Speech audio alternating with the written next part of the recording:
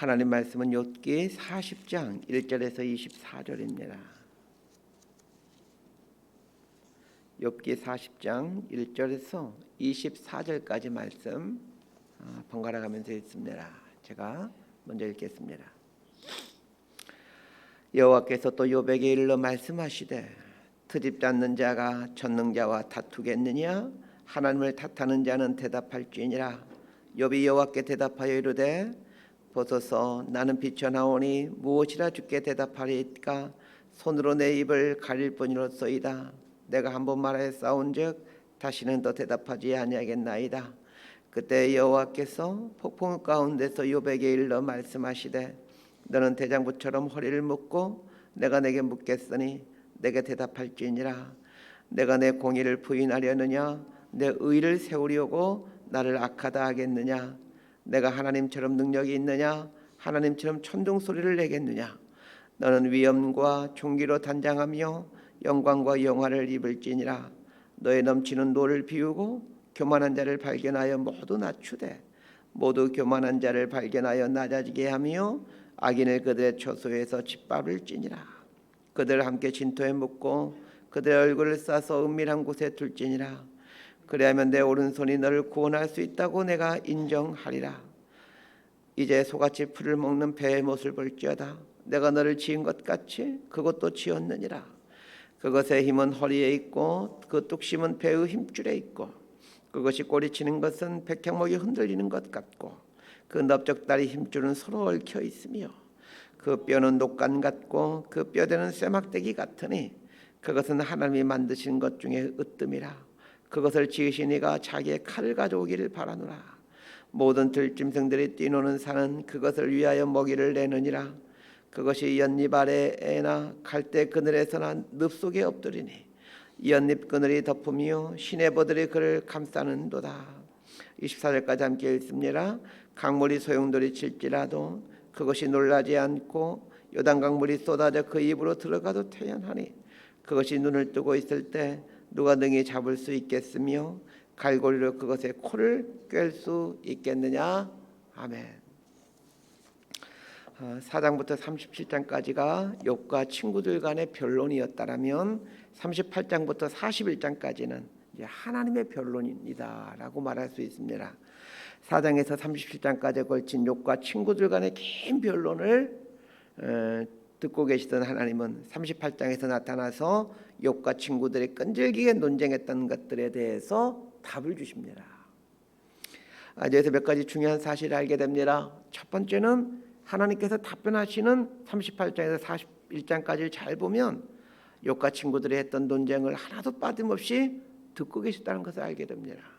두 번째는 욥과 친구들의 논쟁에 대해서 직접적으로 답을 주지 않고 질문을 하심으로 깨닫게 하신다는 것입니다. 이게 무슨 말이냐면 하나님께서 하시는 말씀들을 잘 보면 욥과 친구들이 했던 수많은 질문들에 대한 직접적인 답은 하나도 없습니다. 하나님이 하시는 말씀들은 전부가 질문들입니다.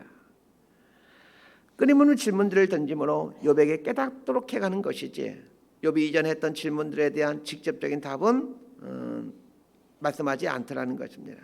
하나님은 우리의 의문과 질문에 대해 단답형으로 답을 해주시기보다는 깨닫게 해주심으로 답을 해주신 분이 있습니다. 우리 한번 지난 세월 잘 돌아보십시오.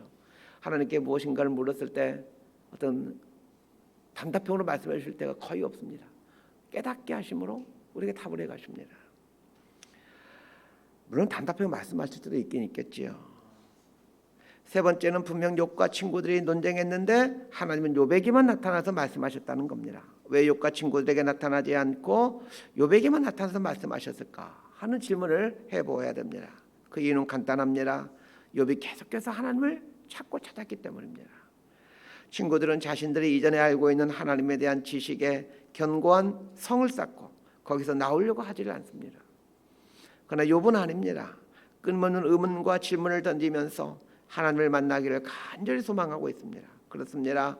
하나님을 간절히 찾는 자가 하나님을 만나게 됩니다. 오늘 본문은 하나님의 두 번째 변론으로서 이제 마지막 변론입니다. 첫 번째 변론은 38장과 39장으로서 욥에게 이제 질문하시는 내용이 피조세계에 대해서 네가 뭘 알고 있는가?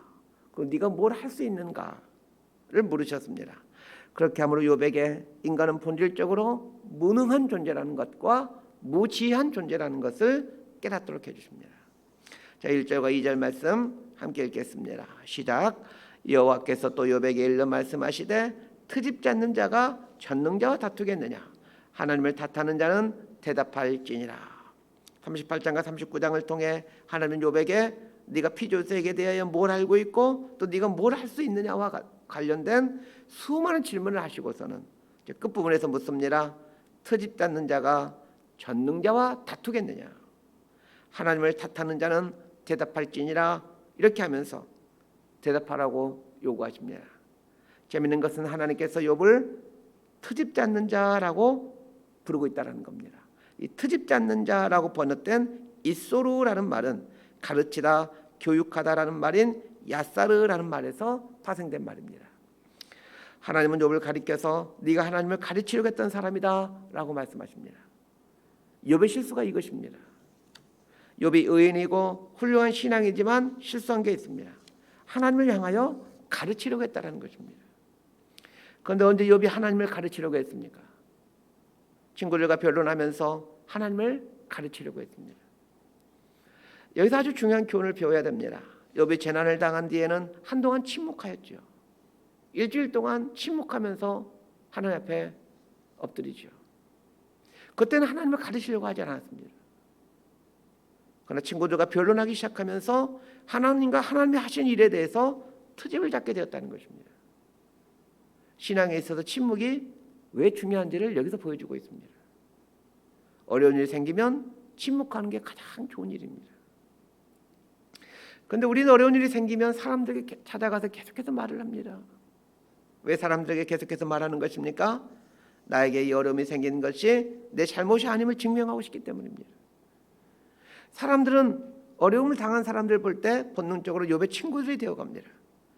너에게 어려움이 생긴 원인은 무엇인지 설명해 줄게 하면서 그걸 가르쳐주고 싶어 합니다. 친구들은 욥이 당한 고난의 원인을 욥의 죄 때문이라고 말을 합니다. 그렇기 때문에 욥은 자신의 의로움을 끊임없이 항변해야만 했습니다. 그런데 자신의 의로움을 항변하다 보니까 결국에는 하나님이 의롭지 못하다라는 생각까지 하게 되는 것이죠. 그래서 침묵이 중요합니다. 말을 많이 하다 보면 사람들에게 그리고 하나님께 실수하게 되어 있습니다. 전도서 7장 14절에서는 이렇게 얘기해 주고 있습니다. 형통한 날에는 기뻐하고 공고한 날에는 되돌아보아라. 공고한 일이 생겼을 때 되돌아보아라 라는 말은 말하는 것을 멈추고 잠잠히 너의 내면을 돌아보라는 얘기입니다. 시간이 지나고 나면 내가 과거에 어떤 말을 하지 않은 것 때문에 후회하기보다는 어떤 것을 말한 것 때문에 후회하는 것이 대부분입니다. 그렇기 때문에 가급적이면 침묵의 이 중요성을 알고 침묵의 훈련을 하시는 게 중요합니다. 3절에서 5절까지 말씀 함께 읽도록 합니다. 시작. 욥이 여호와께 대답하여 이르되 보소서 나는 비쳐나오니 무엇이라 주께 대답하리이까? 손으로 내 입을 가릴 뿐이로소이다. 내가 한 번 말하여 싸운즉 다시는 더 대답하지 아니하겠나이다. 하나님은 욥에게 38장과 39장을 통해서 피조세계의 경이로움에 대해서 말하고 나서는 욥에게 대답하라고 말합니다. 그러자 욥은 더 이상 할 말이 없습니다. 이렇게 얘기하죠. 하나님의 변론을 듣고는 상당 부분 무엇인가를 깨달았다는 의사표시입니다. 그런데 6절부터 하나님의 두 번째 변론이 시작됩니다. 이것은 무엇을 의미하는 것입니까? 욥이 할 말 없습니다. 이렇게 말했지만 욥의 마음속에는 내심 하나님에 대한 섭섭함이 있다는 것을 하나님이 아셨다는 얘기입니다. 사실 38장과 39장은 어떤 내용들이었습니까? 하나님이 계속해서 욥에게 질문하는데 그 질문들이 내가 땅에 기초를 놓을 때 너 어디 있었느냐? 네가 까마귀 새끼에게 밥을 줘본 적이 있느냐? 네가 우박창고를 본 적이 있느냐? 네가 말에게 힘을 주었느냐? 등등 얼토당토하는 말처럼 보여집니다. 하나님이 하시는 말씀의 의도는 알겠지만 욥이 품고 있었던 하나님에 대한 의문과 갈증이 다 해결되지 못한 것이 사실입니다. 그래서 말로는 더 이상 드릴 말씀이 없습니다. 이렇게 얘기했지만 실은 내면에서는 하나님을 향한 섭섭함이 남아있는 것이죠. 하나님께서 이걸 아시고 두 번째 변론을 하십니다. 이걸 보면서 사람은 쉽게 바뀌는 존재가 아니라는 것을 알게 됩니다. 하나님이 38장과 39장에 걸쳐서 장구하게 말씀하셨다면 그걸 알아듣고 하나님의 그 크심 앞에 엎드리고 자신의 미련함을 회개해야 되는 것이 당연할 텐데 욥이 그렇게 하질 않습니다. 이만큼 사람이 고집불통입니다. 사람에게 있는 자존심이 얼마나 센지 모릅니다. 욥 같은 분도 고집불통이고 자존심이 이렇게 센데 우리들이 오죽하겠습니까? 우리는 여기서 사람이 바뀌어가는 것에는 많은 시간이 걸린다는 것을 알게 됩니다. 한 번의 사건으로 순종의 사람으로 변할 수 있다면 왜 예수님께서 제자들을 3년 동안이나 데리고 다니시면서 훈련하시겠습니까? 간혹 사람들은 사도 바울 보세요. 한 번의 사건으로 박해자에서 위대한 사도로 바뀌지 않았습니까? 이렇게 말을 합니다. 그러나 모르는 소리 마세요. 바울이 다메섹 도상에서 부활하신 예수님을 만나고 그는 3년 동안 아라비아 광야에서 홀로 고독의 시간을 보냅니다. 그 혹독한 고독의 시간을 통해서 사도 바울은 조금씩 변해가는 거예요. 아라비아 광야에서 3년의 고독의 시간만이 전부가 아니었습니다. 그는 안디옥 교회 목회자로 부임하기 전까지 10년 정도를 자신의 고향 길리기아 다소에서 집거 생활을 합니다. 이 길고 긴 시간들 통해서 사도로 바울로 변해가는 것이지 다메섹 도상에서 부활한 주님을 한번 만났다고 그 한 번의 사건으로 사도로 바뀌는 게 아닙니다. 결국 순종의 사람을 변해가는 것은 오랜 인내를 통해서 오랜 훈련을 통해서 가능해지는 것입니다. 자, 6절에서 14절까지 말씀 함께 읽습니다. 시작. 그때 여호와께서 폭풍우 가운데서 욥에게 일러 말씀하시되 너는 대장부처럼 허리를 묶고 내가 내게 묻겠으니 내게 대답할지니라. 내가 내 공의를 부인하려느냐 내 의를 세우려고 나를 악하다 하겠느냐. 내가 하나님처럼 능력이 있느냐 하나님처럼 천둥소리를 내겠느냐. 너는 위엄과 존귀로 단장하며 영광과 영화를 입을지니라.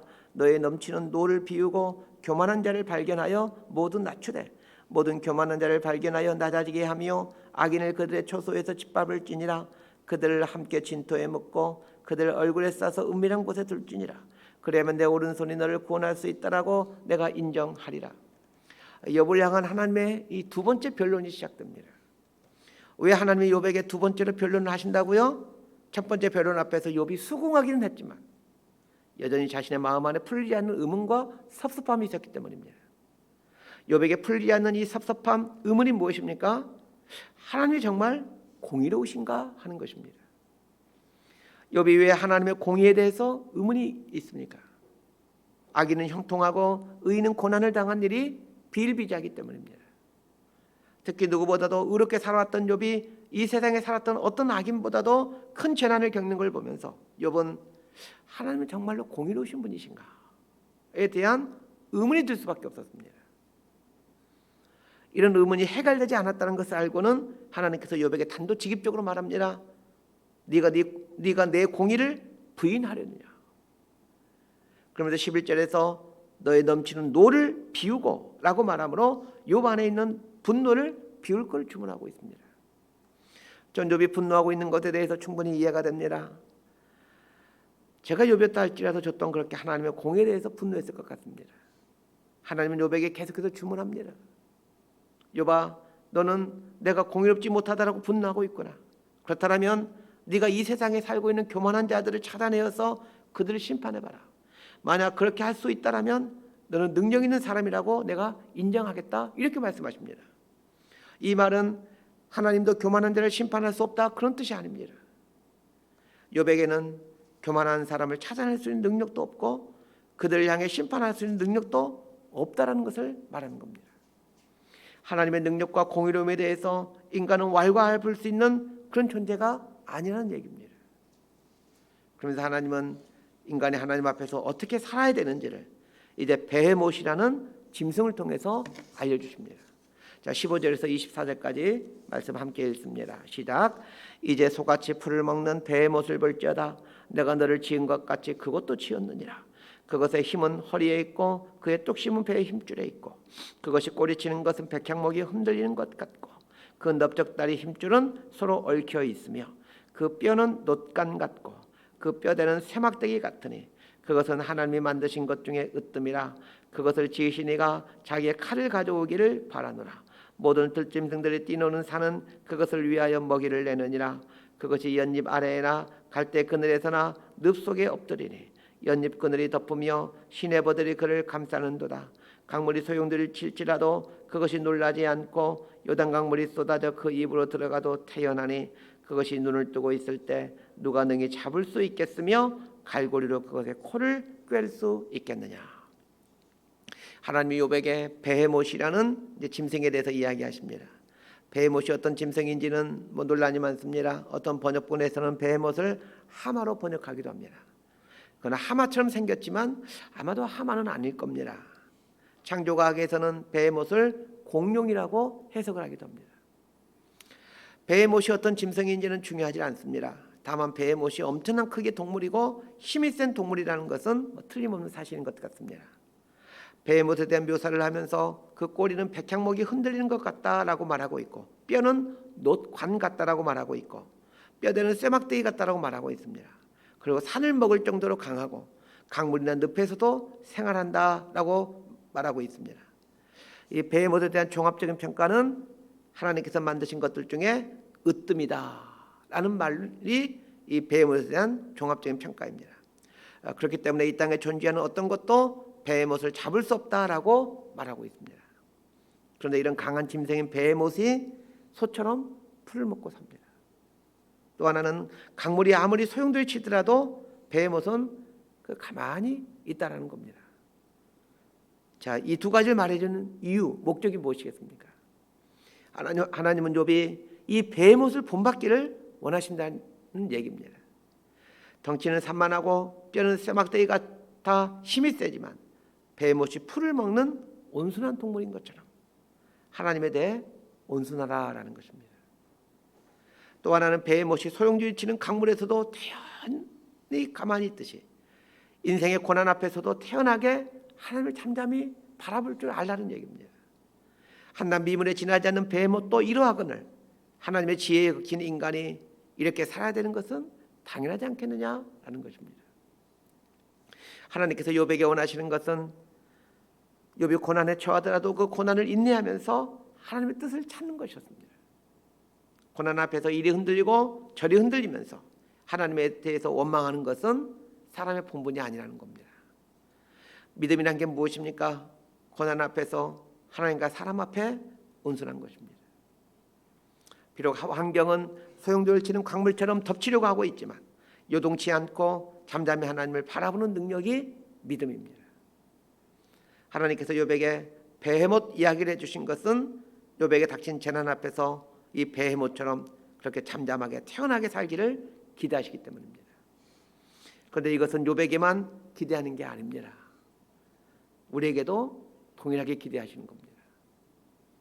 믿음으로 하나님의 자녀가 된 사람들을 향한 하나님의 기대가 있다면 어떤 환경과 어떤 처지에서도 베헤못처럼 온순하고 흔들리지 않는 겁니다. 우직하게 마음을 지키고 견고하게 서 있으면서 하나님을 향해 눈을 들고 하나님의 뜻을 구해가는 것이 우리를 향한 하나님의 기대하시는 모습입니다. 말씀 정리합니다. 인생을 이끌어가고 인도하시는 하나님의 방법은 참으로 신묘막측합니다. 그래서 우리에게 필요한 것이 하나님의 인도하심에 대해 인내하는 겁니다. 믿음이란 하나님의 인도하심에 대해서 인내하는 것이다. 이렇게 정의할 수 있을 것 같습니다. 하나님이 인도하시는 방법이 내가 생각하는 방법이 아닐지라도 하나님 믿고 인내하는 것입니다. 그것이 믿음입니다. 고난도 우리를 향한 하나님의 인도하심의 한 방법입니다. 형통도 우리를 향한 하나님의 인도하심의 한 방법입니다. 하나님이 선택하신 방법에 대해 왈가왈부하는 것은 피조물의 자세가 아닙니다. 우리는 욥기의 끝이 어떤 내용인지 잘 알고 있습니다. 욥의 재산은 처음보다 2배가 많아졌고 욥에게는 이전처럼 10명의 자녀들이 생겼는데 그의 딸들은 이 세상에 살았던 누구보다도 아리따운 딸들이었습니다.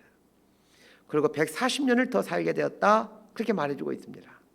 욥기가 말해주고자 하는 것은 욥이 말년에 이런 복을 누렸다라는 것을 말해주는 것이 아닙니다. 욥이 말년에 하나님으로부터 많은 복을 받았다는 것을 말해주면서 성경은 이런 말을 해주고 있습니다. 욥기 42장 10절 말씀을 제가 읽어드립니다. 욥이 그의 친구들을 위하여 기도할 때 여호와께서 욥의 공경을 돌이키시고 여호와께서 욥에게 이전 모든 소유보다 갑절이나 주신지라. 하나님께서 언제 욥에게 공경에서 나오게 하시고 이전보다 갑절의 소유를로 풍성케 하십니까? 그가 친구들을 위하여 기도할 때라고 말하고 있습니다. 그러면 욥의 친구들을 위하여 무엇을 기도했겠습니까? 친구들의 어리석음을 위해 중보했습니다. 하나님에 대해 닫혀있는 생각을 갖고 살아가는 친구들의 어리석음을 용서해달라고 욥은 기도했습니다. 물론 그 전에 욥은 자기 자신이 먼저 회개했습니다. 뭘 회개했습니까? 하나님에 대해 알지도 못하면서 다 아는 것처럼 말하였던 자신의 무지함과 교만을 회개했습니다. 욥기의 결론을 통해서 하나님은 우리에게 뭘 말씀하고 계십니까? 하나님에 대해서 속단하지 말라는 겁니다. 사람은 하나님을 평가하고 하나님에 대해서 진단하는 존재가 아니라 하나님의 뜻을 받아들이고 그분 앞에 엎드려 그분을 경배하는 존재라는 겁니다. 사랑하는 성도 여러분, 하나님이 섭리해 가시는 이 세상이지만 우리 눈에 보기에 이 세상은 너무나도 모순이 많고 부조리투성입니다. 하나님에 대해 할 말이 많고 섭섭함이 많이 있을 겁니다. 그러나 인생의 본분이 하나님 앞에 겸손히 엎드려 그분을 높이고 찬양하고 경배하는 것임을 잊지 않게 되길 바랍니다. 그렇게 살다 보면 분명 하나님께서 당신의 계획에 따라 우리 삶에도 형통의 은혜를 베풀어 주실 겁니다. 형통한 날에는 형통을 주신 하나님을 기뻐하고 공고한 날에는 침묵으로 되돌아보며 하나님의 섭리와 하나님의 주권에 순종해가는 하나님의 백성으로 살아가게 될 수 있게 되기를 진심으로 소망하고 축복합니다. 기도하겠습니다. 하나님 아버지, 자신이 겪는 고난이 너무 커서 하나님에 대해 그렇게 큰 소리쳤던 욥이었지만 그러나 하나님을 만나고 나서는 하나님 앞에 인생이 어떤 자세로 살아야 가는지를 깨닫게 되는 걸 봅니다. 지난날 자신의 교만과 무지와 어리석음을 회개했던 욥처럼 우리의 삶도 하나님의 크심 앞에서 나의 미련함과 교만을 회개하며 살아가는 인생이 되게 하옵소서. 하나님께서 주시는 것들 앞에서 때로는 기뻐함으로 때로는 뒤를 돌아보므로 하나님의 인도해 가심 이끌어 가심 앞에 인내함으로 하나님 바라보며 살아가는 저희 모두가 되게 하여 주옵소서. 예수님의 이름으로 기도드리옵나이다. 아멘.